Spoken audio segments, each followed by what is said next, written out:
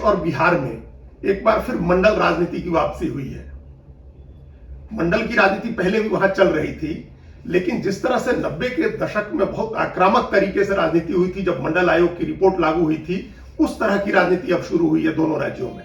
अगड़ा और पिछड़ा का बड़ा स्पष्ट विभाजन बनाने की कोशिश हो रही है और चुनाव को उस दिशा में ले जाने की कोशिश चल रही है। और इस बार मंडल की राजनीति 90 के दशक से अलग इसलिए है क्योंकि इस बार रामचरितमानस का विरोध करके और मंदिर की राजनीति हिंदुत्व की राजनीति से सीधी टक्कर लेकर के हो रही है मंडल की राजनीति। उस पर हम लोग आगे चर्चा करेंगे, लेकिन उससे पहले इससे जुड़ा एक दिलचस्प प्रसंग है जो जानने से तस्वीर थोड़ी और साफ होगी। 70 के दशक में उत्तर प्रदेश में सोशलिस्ट पार्टी जब थी और काफी मजबूत पार्टी थी, उस समय सोशलिस्ट पार्टी के एक नेता होते थे रामपाल सिंह यादव। रामपाल सिंह यादव ने 1974 में उत्तर प्रदेश विधानसभा में रामचरितमानस की प्रतियां फाड़ी थी और उसके बाद 1977 का चुनाव आया था। जब उन्होंने रामचरितमानस की प्रतियां फाड़ी थी तो रामपाल यादव का नाम बदल गया था। रामपाल सिंह यादव को लोग रामायण फाड़ सिंह यादव कहने लगे थे। और फिर 1977 का चुनाव आया और उस चुनाव में जब जनता पार्टी की पूरी लहर थी, उस चुनाव में जब कांग्रेस पार्टी हार रही थी, उसमें भी सोशलिस्ट पार्टी के रामपाल सिंह यादव चुनाव हार गए और उसके बाद जीवन में कभी चुनाव नहीं जीत सके थे। लेकिन वो आज से 40 साल पहले या उससे 45 साल पहले की बात है। तब रामायण फाड़ने वाले को, रामचरितमानस की प्रति फाड़ने वाले को लोगों ने हरा दिया था और ऐसा हराया कि फिर उनकी राजनीति में वापसी नहीं हो सकी थी। लेकिन तब से गंगा, जमुना और सरयू में काफी पानी बह चुका है। उसके बाद मंडल आयोग की रिपोर्ट लागू हुई, मंडल के मुकाबले मंदिर या कमंडल यानी मंदिर की राजनीति हुई और वापस फिर से मंदिर और हिंदुत्व के मुकाबले मंडल की राजनीति की वापसी हुई है। और ये वापसी कई स्तर पर हुई है, कई चरण में हुई है और इसके कई ऐसे बिंदु हैं जिनके बारे में विचार करने से पता चलेगा कि कितनी बारीकी से मंडल की राजनीति करने वाले नेताओं ने देश की राजनीतिक तस्वीर को भांपा और उसके हिसाब से अपनी स्ट्रेटजी बनाई। और ऐसा नहीं है कि यह काम सिर्फ मंडल की राजनीति करने वाली पार्टियां कर रही थी। ऐसा भी नहीं है कि अखिलेश यादव और नीतीश कुमार और तेजस्वी यादव ही यह राजनीति कर रहे थे। इस राजनीति को प्रधानमंत्री नरेंद्र मोदी ने भी भांप लिया था। उनको पता था कि एक न एक समय में ऐसी राजनीति इस दिशा में जाएगी। तभी 2021 की जुलाई में जब उन्होंने अपने मंत्रिमंडल का विस्तार किया, जो उनकी दूसरी सरकार का पहला विस्तार था, उसमें उन्होंने बड़ी फेरबदल की थी। कई नए मंत्रियों ने शपथ ली थी और उस समय बड़े गर्व से प्रधानमंत्री ने कहा था कि उनकी सरकार में 47 मंत्री पिछड़ा समाज के हैं, दलित समाज के हैं और आदिवासी समाज के हैं।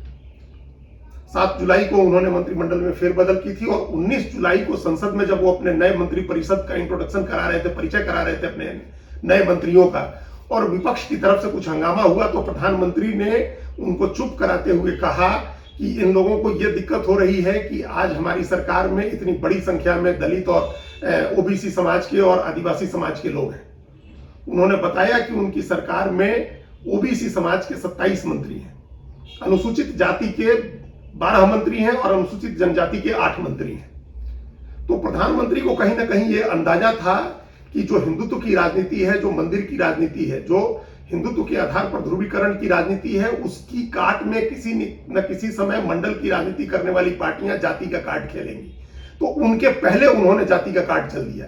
यह भी कह सकते हैं कि उनको 2020 में 2015 में जो बिहार की राजनीति में जिस हार का सामना करना पड़ा था और अगड़ा पिछड़ा के आधार पर राजनीति का जो विभाजन हुआ था, वो उनके दिमाग में कहीं ना कहीं वो बात बैठी हुई थी।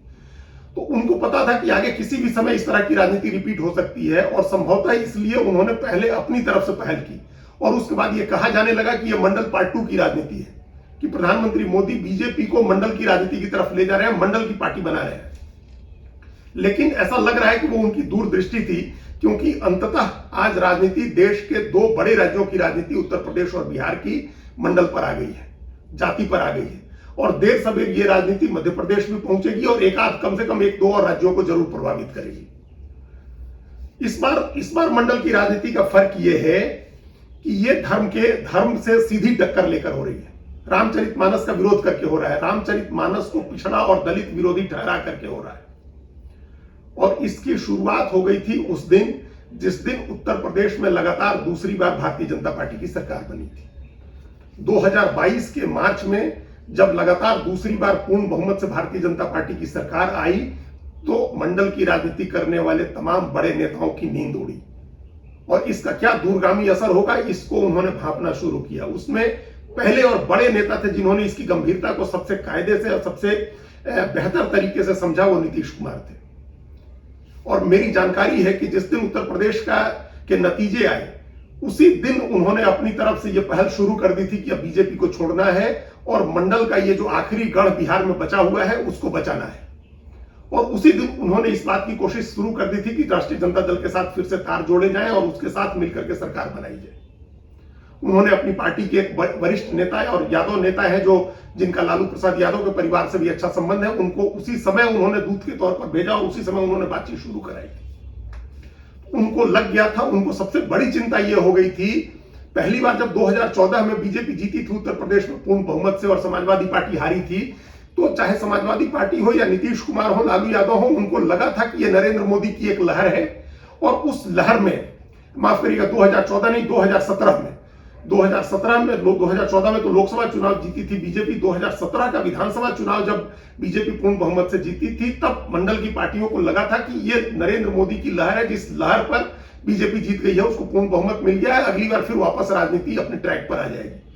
लेकिन जब 2022 में भी वही राजनीति हुई और 2022 में भी बीजेपी को पूर्ण बहुमत मिला, और वो भी किसी पिछड़े नेता के चेहरे पर नहीं, एक हिंदूवादी अगड़े नेता के चेहरे पर पूर्ण बहुमत मिला, तब इनके पैरों के तले की जमीन खिसक गई। मंडल की राजनीति करने वाली पार्टियों को लगा कि ये अस्थायी तौर पर मंडल की राजनीति समाप्त हो जाएगी और हिंदुत्व की राजनीति अस्थायी तौर पर स्थापित हो जाएगी।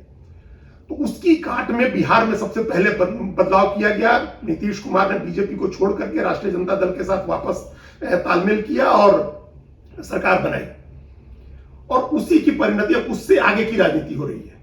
उससे आगे की राजनीति यह हो रही है कि बिहार में राष्ट्रीय जनता दल के एक नेता ने, जो राज्य सरकार में शिक्षा मंत्री हैं, उन्होंने रामचरितमानस को लेकर के बड़ा बयान दिया। उन्होंने कहा कि यह सामाजिक विद्वेष फैलाने वाला ग्रंथ है। और इसके थोड़े ही दिन के बाद एक दूसरे मंत्री ने, वो भी राष्ट्रीय जनता दल से हैं और वो एक दूसरे पिछड़ा समुदाय के हैं, आलोक मेहता ने सीधा अटैक किया योगी आदित्यनाथ के ऊपर और उन्होंने कहा कि मंदिर में घंटियां बजाने वाले लोग आज ऊंचे ऊंचे पदों पर जाकर के बैठ गए हैं। तो ये एक सीधे तौर पर हिंदुत्व की राजनीति से हेड ऑन करना था, सीधी टक्कर लेना था। और इसके बाद उत्तर प्रदेश में स्वामी प्रसाद मौर्य ने इससे भी आगे बढ़कर बयान दिया। उन्होंने रामचरितमानस की एक चौपाई का उदाहरण दिया और कहा कि यह ग्रंथ जो है बकवास है, इसके ऊपर पाबंदी लगा देनी चाहिए। तब कहा गया कि चंद्रशेखर से आरजेडी के नेता नाराज हैं, स्वामी प्रसाद मौर्य से समाजवादी पार्टी के नेता नाराज हैं, अखिलेश यादव नाराज है, ऐसी चर्चा कराई गई मीडिया में। लेकिन असल में कोई नाराज नहीं था, बल्कि ये एक रणनीति के तहत हो रहा था। तभी जब पिछले दिनों स्वामी प्रसाद मौर्य को बुला करके मुलाकात की अखिलेश यादव ने, और उसमें इस बात की कोई खबर नहीं है कि उन्होंने रामचरितमानस पर उनके दिए बयान को लेकर के उनकी कोई आलोचना की या उनको कोई फटकार लगाई। उल्टे मुलाकात के अगले दिन स्वामी प्रसाद मौर्य को समाजवादी पार्टी का महासचिव बना दिया गया और उसी दिन ओबीसी मोर्चा के लोगों ने लखनऊ में और उत्तर प्रदेश में कई जगह रामचरितमानस की प्रतियां फाड़ी और उनको जलाया गया। और अब समाजवादी पार्टी के प्रदेश मुख्यालय के सामने बड़े बड़े होर्डिंग्स लगे हैं जिन पर लिखा हुआ है कि गर्व से कहो मैं शूद्र हूं। और इसी लाइन पर अखिलेश यादव ने भी बयान दिया है। उन्होंने भी रामचरितमानस की एक चौपाई का जिक्र किया है और कहा है कि वो योगी आदित्यनाथ से पूछेंगे कि मैं शूद्र हूं या नहीं। अखिलेश ने कहा है, अखिलेश यादव ने, कि मैं पूछूंगा कि मैं शूद्र हूं या नहीं।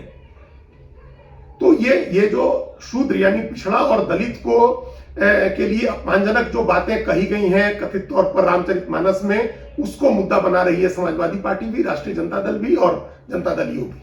और यह 1, 2 या 3 चौपाई का मामला नहीं है। इन पार्टियों के लिए, मंडल की राजनीति करने वाली जो पार्टियां हैं, इनके लिए थिंक टैंक का काम करने वाले एक पूर्व पत्रकार ने सोशल मीडिया में लिखा है कि टोटल 135 लाइनें हैं रामचरितमानस में जिनमें जातियों का जिक्र है और हर जगह ब्राह्मण जाति की तारीफ की गई है, प्रशंसा की गई है, उनकी पूजा करने की को कहा गया है, और जहां पिछड़ी और दलित जातियों का जिक्र है उनके लिए अपमानजनक बात लिखी गई है। ऐसा 135 लाइनों में लिखा गया है, ऐसा जो थिंक टैंक है पिछड़ा राजनीति के उनका कहना है। तो ये भी एक राजनीति, उसी रणनीति का हिस्सा है कि उन 135 लाइनों को निकाला जाए, उनको जनता के बीच में लेके जाया जाए। अभी लोकसभा चुनाव में कोई 13-14 महीने का समय है और इन 13-14 महीनों में ये कोशिश होगी मंडल की राजनीति करने वाली पार्टियों की, खासतौर से इन 3 पार्टियों की, समाजवादी पार्टी की, राष्ट्रीय जनता दल की और जनता दल यू की, कि इस बात को जन लोगों के बीच में ले जाकर के रखा जाए।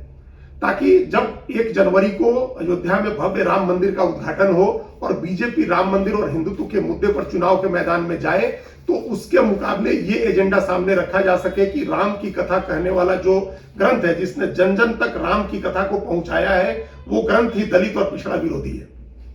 तो उस ग्रंथ को बदनाम करके, उसकी साख बिगाड़ करके हिंदुत्व के आधार पर होने वाले ध्रुवीकरण को रोकना है और उसको जाति के आधार पर होने वाले ध्रुवीकरण की तरफ ले जाना है, ताकि उस आधार पर चुनाव लड़ा जा सके। इसी का दूसरा पहलू जाति जनगणना का है। बिहार में जातियों की जनगणना शुरू हो गई है और इस साल के मध्य तक उसकी रिपोर्ट आ जाएगी।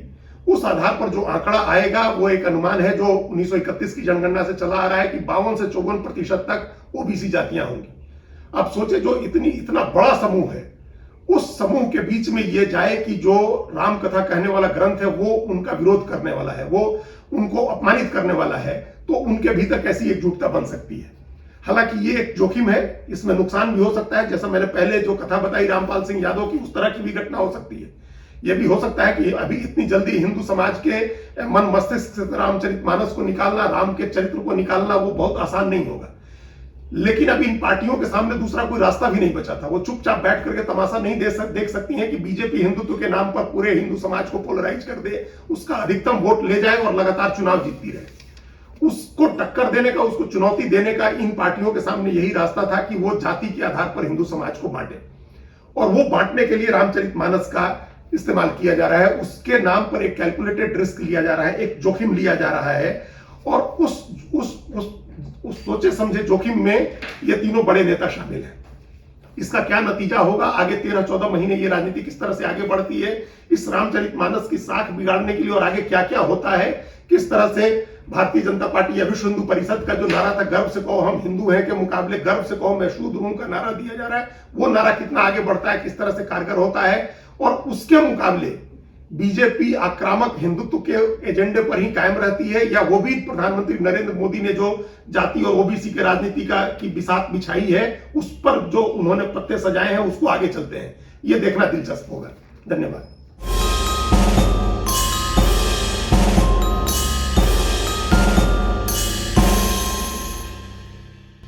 कृपया हमारे चैनल के साथ जुड़िए, लाइक कीजिए, सब्सक्राइब कीजिए, बेल आइकॉन जरूर दबाइए।